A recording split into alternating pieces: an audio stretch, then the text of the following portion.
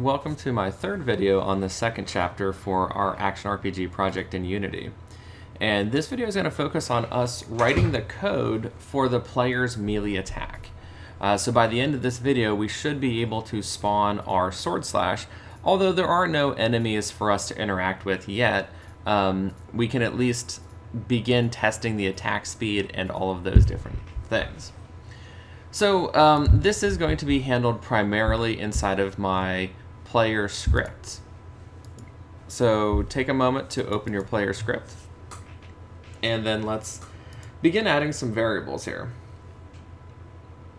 So first up, I do want to, just to kind of clean things up a tiny bit, if I take a look at my player, I have my offset that I was using for positioning my the layer overlapping, and I'm going to set that to private and give it a value of 0 just to take it off of the list of variables that are showing up, and maybe put a comment here, make this public if player sprite order needs tweaked. Just to minimize up, and it's probably gonna give me a warning. No.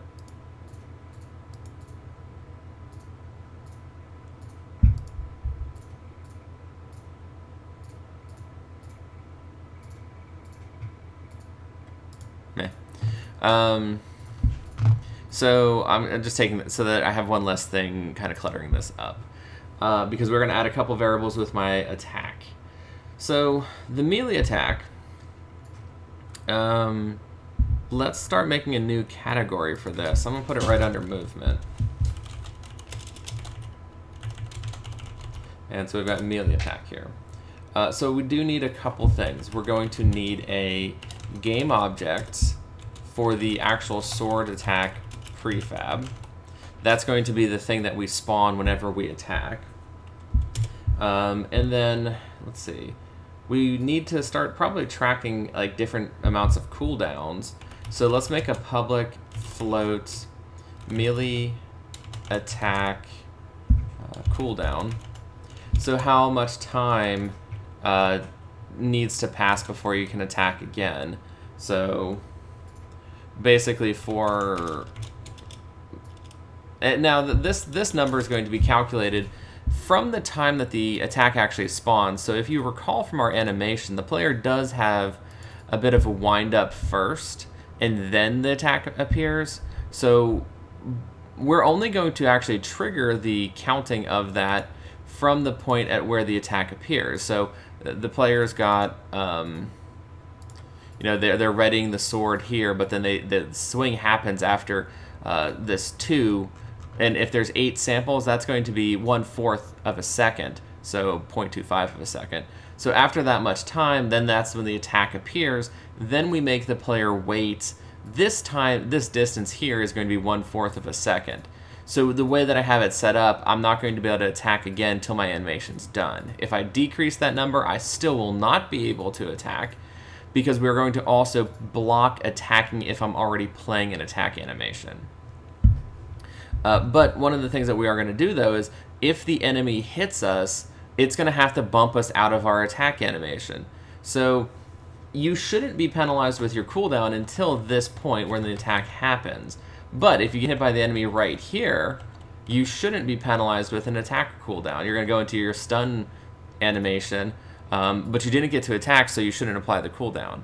So some nitpickiness to how we're actually going to set up this timer. But, additionally, that also keeps you from being able to start doing a ranged attack. We're all just going to kind of keep track of this timer in one big thing. So leaving it at this basically just means when my attack animation finishes, then I'll be able to attack again. So if I want the player to have to wait, you can always bump this up. But we're going to leave it at 0.25 for now. I think we're going to need to add a new private variable here, because I know this is going to become something we need access to. And I'm going to call this toMouse. The toMouse actually was part of my facing the mouse code. And I realized that I'm going to need this to determine which way to spawn my attacks. So I created a toMouse variable up here as a instance variable, private instance variable. So I need to undeclare it as a local variable here. And all I do to do that, I just take out this vector2 part. And now it's just going to assign the instance variable this location. And that's so that I know which way the player is facing to the mouse before, like, so I can know where the player is facing the moment we need to spawn the attack. Which may not be in that method, which is why I need it as an instance variable. So we've got that. Let's actually insert our private floats. We'll just call this attack cooldown. And I was adding ticker to the names of these to indicate that this is the one that's going to actually be counting down. So you don't get to attack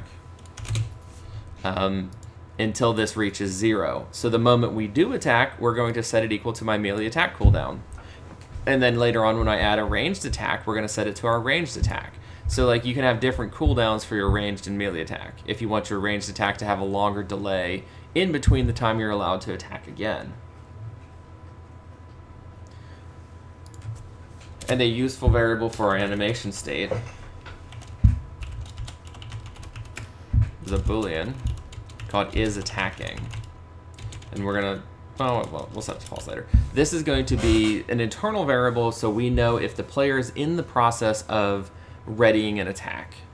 And so that can affect other things even after we've attacked. If the animation is still playing, we want to have this variable still true. So the player's going to reel up to swing his sword, and then the swing comes out.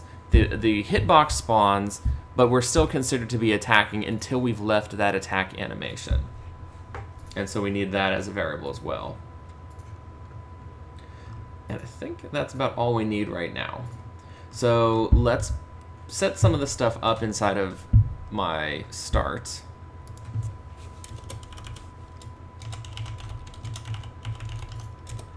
And so inside my attack settings, it's set isAttacking to false. And we will just create a new, so the toMouse, just so we don't end up with some stray undeclared vector, we'll just instantiate a new vector2. So that at least it's not null. And then let's go, well, that's all we need to do inside of start for this. Now we need to head towards update so that we can begin to detect when the player is going to start attacking. We can probably put it right after facing the mouse, because this is where we're recalculating the toMouse variable.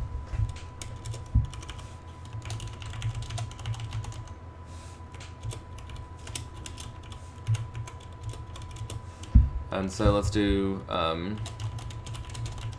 check for melee attack. So to check for a melee attack, what we're going to do is if we release the, so we're doing if get button up, fire 1. And we're using get button up, so this triggers the moment the player releases the attack key, not when they first press it. But you can always tweak that to be get button down, and that could be the first frame the player pushes the attack button.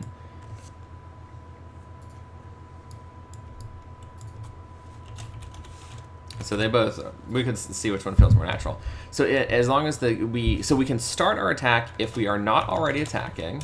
So exclamation mark is attacking, and my attack cooldown ticker is less than or equal to 0. So the idea is that I'm not allowed to attack until these two conditions are true. I'm not already in an attack animation, and I don't have any lingering cooldown from an attack. So that maybe you shoot a mega fireball and it means you can't attack for 2 seconds. Then that means we still can't attack till that timer's up. So when we choose to attack, we're going to send a message to the animator. And this is important because the animator will actually trigger the scripts to spawn my hitbox.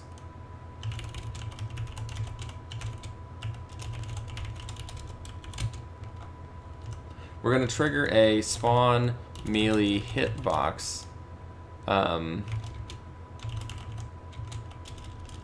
at the start of the second frame. And then we're going to trigger end animation at the, let's call it end attack animation,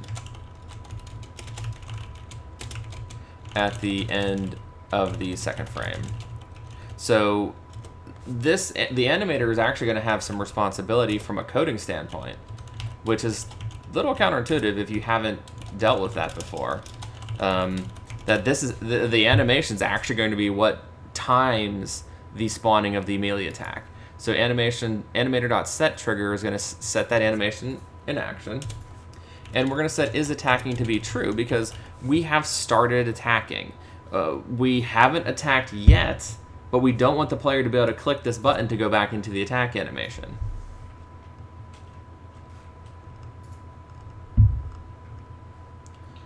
And then also, if we're attacking, well, we'll add that later after we can walk around and we can see this. Right under here, let's do some move modifiers. And if we are attacking, we can set move modifier to whatever we want. If we set this to 0, then that means the player cannot move while they are attacking. If we set it to something else, as a decimal on a scale of 0 to 1, it would be a % thing. So this would be stopping all movement when attacking. You could try to tweak this to go like 0.5. That'll allow the player to move slowly while attacking. Or if you just want the player to move full speed while they're attacking, just set it to 1. So you can play around with that to get something that feels and looks good. Alright, so hit play or hit save. And we can test this to verify all this works. Right now, this attack is attacking, never gets set back to false. So we'll only ever be able to attack once. And I hope the play button click doesn't register as the click. And that's it. I can only ever attack once. And I can't move again because it still thinks I'm attacking. So let's add some of the methods that will be called by the animation to end my attack. So going towards the bottom of this class here, we'll call this public void capital E end attack animation. And all it's going to do is set is attacking to false. So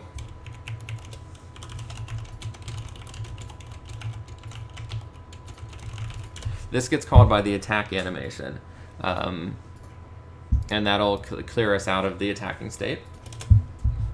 And then we're going to need the spawn public void spawn melee attack.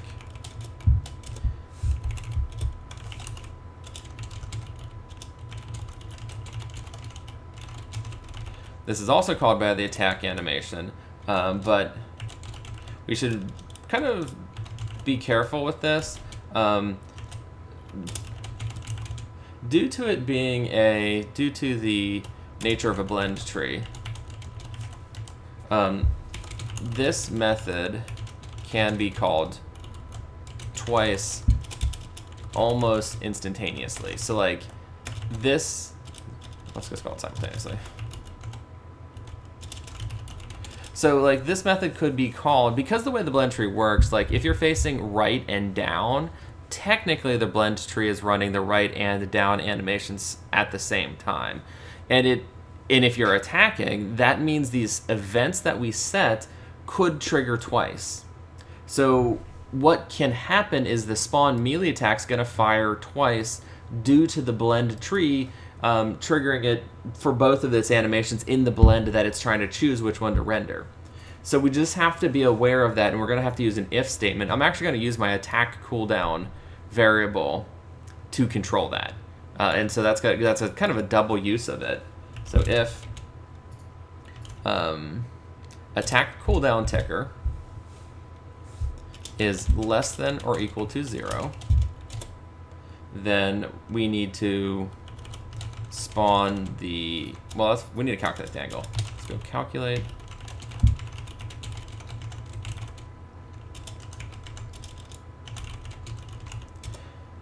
So we'll use a built-in math function. If you're familiar with trigonometry, we're using arctangent, but there's a improved version of arctangent called arctangent 2 that actually gets you angles on the entire unit circle rather than just the first and fourth quadrants. So if you're familiar with how that domain and range works, that function, because you need angles on a full 360-degree spectrum. So, and then even worse, arctangent is undefined if x is 0. So that's also useless if we crash due to like a trigonometry calculation. Arctangent 2 fixes all that. It actually has code inside of it to detect if it would have been an undefined value to correctly return the right angle.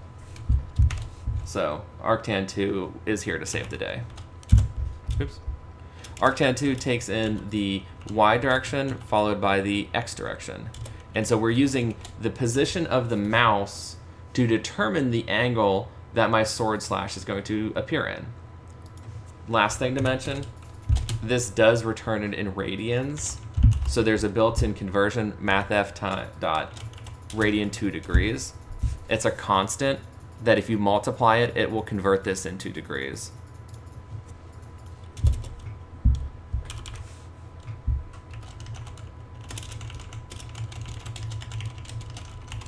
So now we instantiate the sword slash prefab.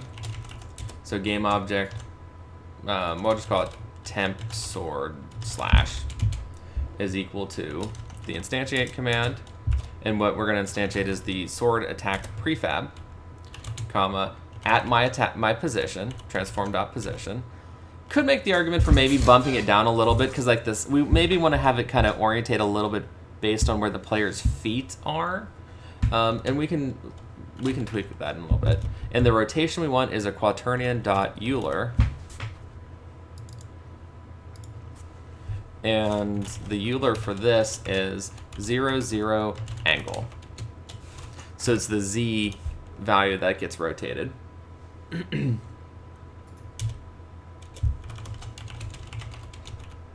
then we'll set our attack cooldown. And so this attack cooldown is attack cooldown ticker is set equal to my melee attack cooldown. So that way, you know, we're not going to be able to spawn multiples, because even if this method gets run almost simultaneously, the moment one of these swords spawns, it's going to block the ability for the other one to activate, because this variable is getting changed when it spawns them. All right. The last thing we have to do is we're not decrementing this attack cooldown ticker.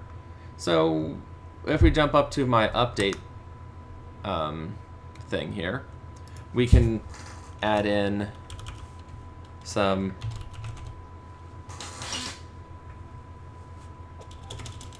cooldown update.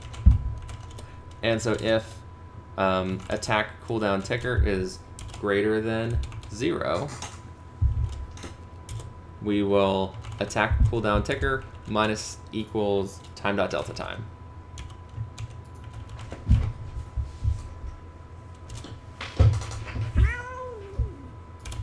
And my cat wants to join in on this video. She wants to be the enemy in the game.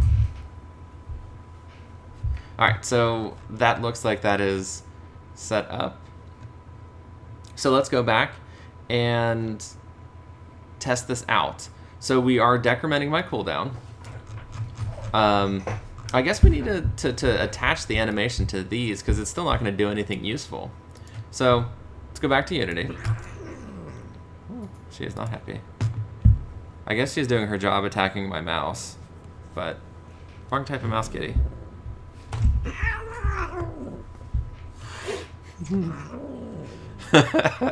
She really wants to kill my mouse, by the way. Stop! No, don't bite my mouse. My mouse is actually quite valuable.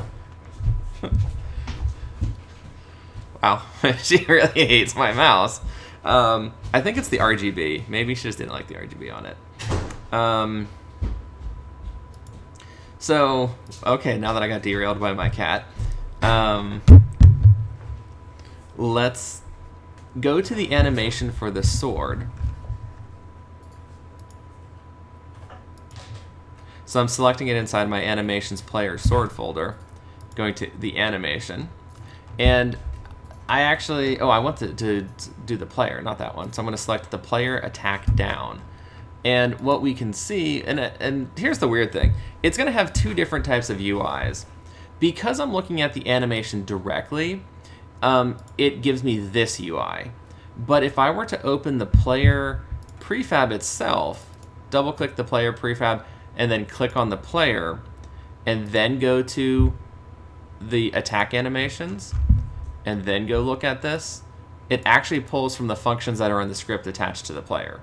Kind of annoying, but so just in order for us to set up the player's attack scripts, we need to double click the player prefab and then pull up the animator. So select this player inside the prefab, then go to your window, animation, and then we can click on these. So this first event we want is to actually spawn the melee attack. The second event is to tell it to end attack animation. We do have to go through and do that for all the different ones. So player left attack, this needs to, the first one is the spawn melee attack.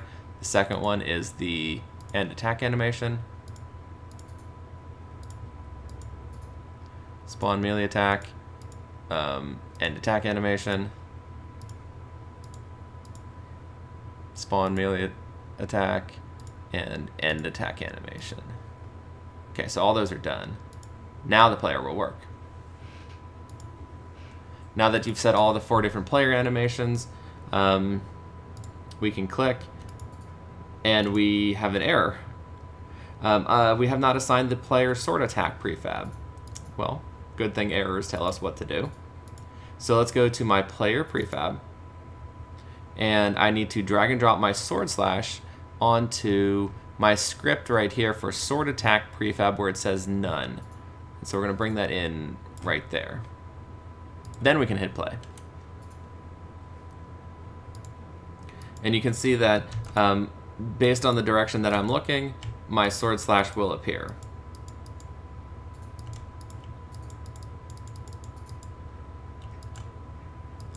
And you can actually see that the player kind of skids to a stop, and that's actually because we're preventing the addition of any extra movement, but any velocity the player currently has might still be being applied.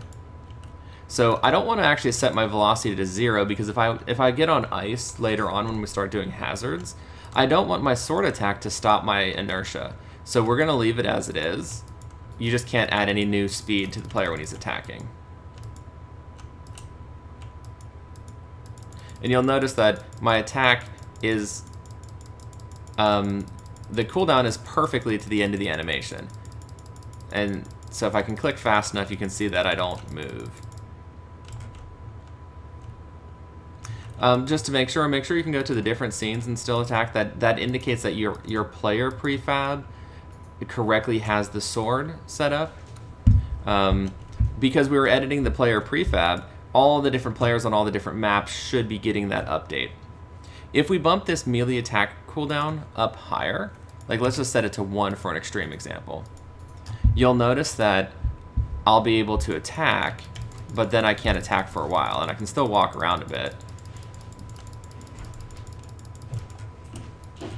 But from what we had saw with the animation, that was 2 frames from a frame rate of 8 frames per second, which means that's going to be 1/4 of a second.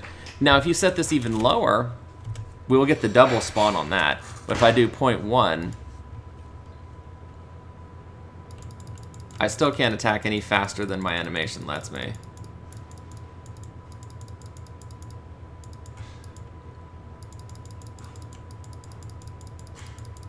And it is very hard to tell that because that's in a small amount of milliseconds. Okay, So that looks good, but we're still, these attacks aren't disappearing. And so for that, we're going to need to actually start coding the sword slash script. So let's go, and inside of the scripts for player, I'm just going to make a new C# script called sword slash.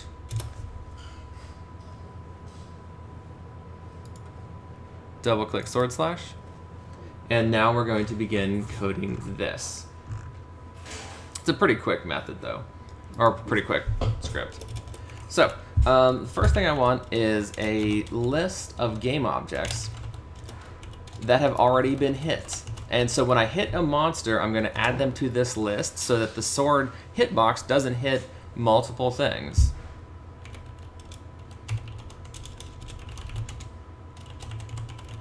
Let's go with private. Let's link this to the player.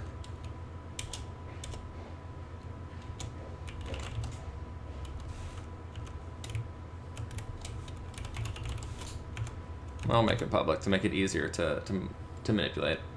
And this is so that we can have it follow the player around as needed. We're going to set a damage of 10, and we're going to set a knockback of 5. And we then need our sprite renderer.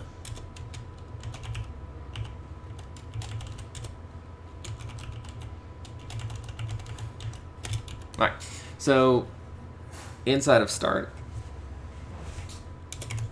we're going to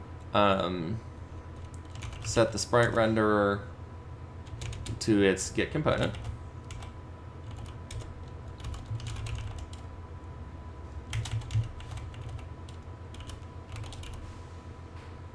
Then we can do the sorting order right now because this, well, I guess this can move. We'll do it inside of update.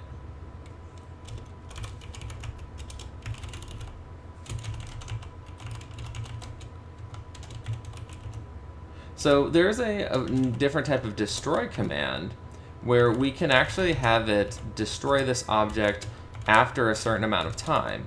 And that's so that if you don't trust the script to do it, the animation to trigger it, then you can actually explicitly tell it to, after 1 second, destroy this. I'm not going to use that though. And then we're going to make a new list, and we'll say already hit equals a new list of game objects. And then try to find the player. I don't know, we can have the player link when it spawns this. Because if you had 2 players, then it might try to find 2 different players. I don't really want that to happen. So inside of update, we want to do 2 things. Well, the first update, let's do the sprite renderer. So we want to update the layer order. So we'll do sprite renderer dot sorting order is going to be equal to 30,000. Let's double check to make sure that's what we were using. Yeah, we're doing 30,000 times 100 for my kind of overall scale for this.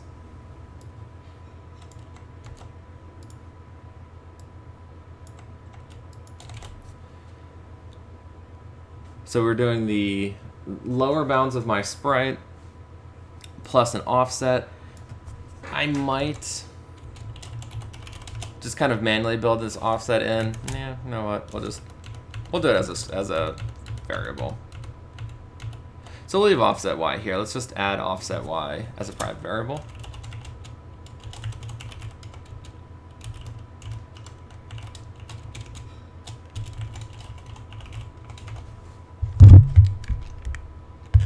So we'll just make this a new vector 2, where we move it down a tiny bit just to make sure that it appears on top of things. Remember, negative numbers on the offset are more likely to make it so that it's going to appear lower. I just realized that we don't need this as a vector 2. We can just make this a float. There we go. So that's updating the layer order, and then we need to make it follow the player. I'm going to do that in fixed update because the player moves on fixed update as well.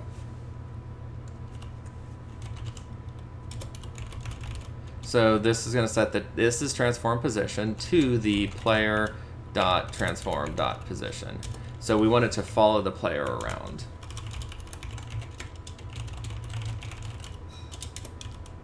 And let's just add a quick if player is not equal to null, so that it doesn't try to do that if the player accidentally got deleted, because that could end poorly. The last thing this thing needs is a script to cause it to disappear. So public void end animation, and we're just going to run the destroy command on this. So that this is going to be called by the animation to cause this sword thing to disappear. And then eventually we're going to have to add some code, but once we get some enemies in here, we can start coding it to have the effect of hitting an enemy and knocking them back. So right now this doesn't interact with the world. It appears, it runs its animation, and then it disappears. And then it should also follow the player around too. So if the player is still moving, this thing should still follow. Right? So the only thing that I need to do is set this player when it gets instantiated. So let's jump over to player and go to our spawn melee attack, and we want to temp / dot get components, what was it called? / dot player equals this. And so that way it links the player, this dot game object. That way it's going to link the player to the sword so it knows what to follow. Hit save on this. Go back to Unity. Then we've got to tweak the sword animation. So pull up the sword / prefab. Go to your animation window, and you should already have this. And then so this ending thing, we should be able to, we need to attach the script first. So let's take our sword / script, attaching it to my prefab. Player is currently none, and that's because that gets dynamically filled in.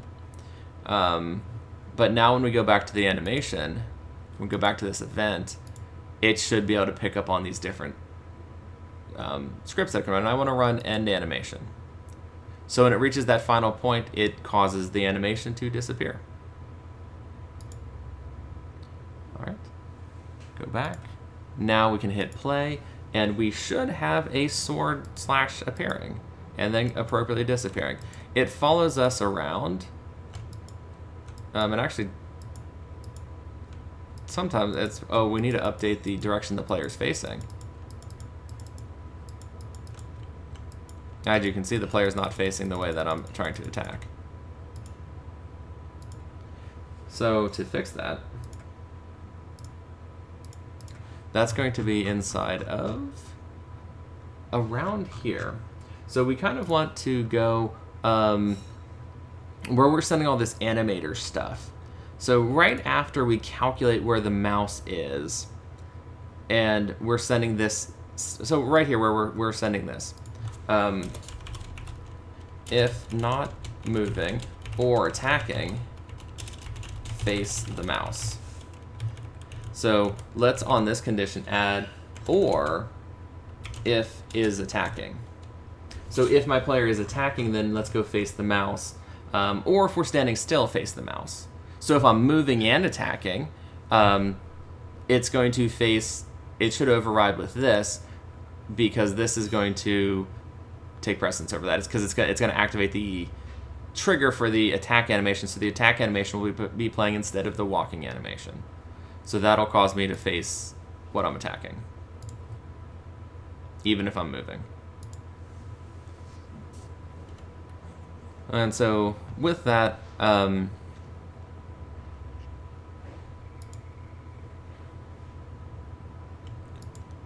we can see that the player, despite moving up, will be facing the way that they're actually swinging this attack in. And let's go stand by a tree. And this might take a little bit of playing with the numbers, but as you can kind of see, I'm kind of reasonably accurate on it. These ones are appearing in front of the tree, then it's appearing behind the tree at that point. So, and I think that's probably about right, because I think that attack would be behind the tree. I don't know. I think that looks pretty correct, based on which way the player was where the player was standing relative to the bush. And so we've got our functional attack. And that's pretty solid. Let's check the speed, make sure that all that speed's making sense.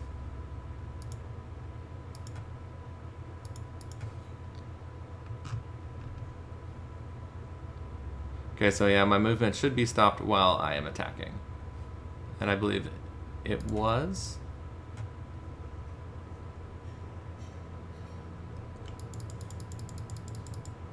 So if you want the player to be kind of standing still longer, you can always increase the length of the attack animation, increase that last frame by a little bit more. And then, because if you notice, my player is able to kind of pick up and move again. If you really wanted to keep the player still for a bit longer, if we go to the player's attack animations, what we could do is just bump this end back a little bit, and so it's going to extend the animation longer, and before it unlocks the is attacking variable.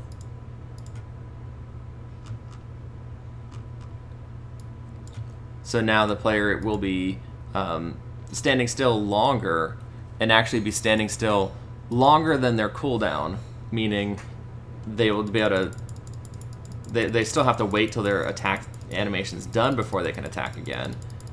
But you can see how that does actually kind of slow down my attack rate. And I think that might look a little bit better.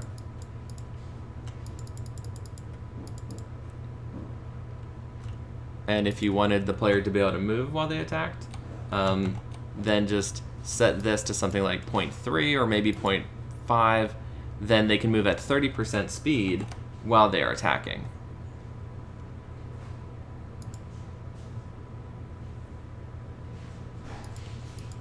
So you can see my player is still able to move while they're attacking in this case. So given that we are going to have knockback, I do think from a balance standpoint, maybe having the player freeze while they're attacking makes some sense, because you're going to knock the monsters around pretty hard.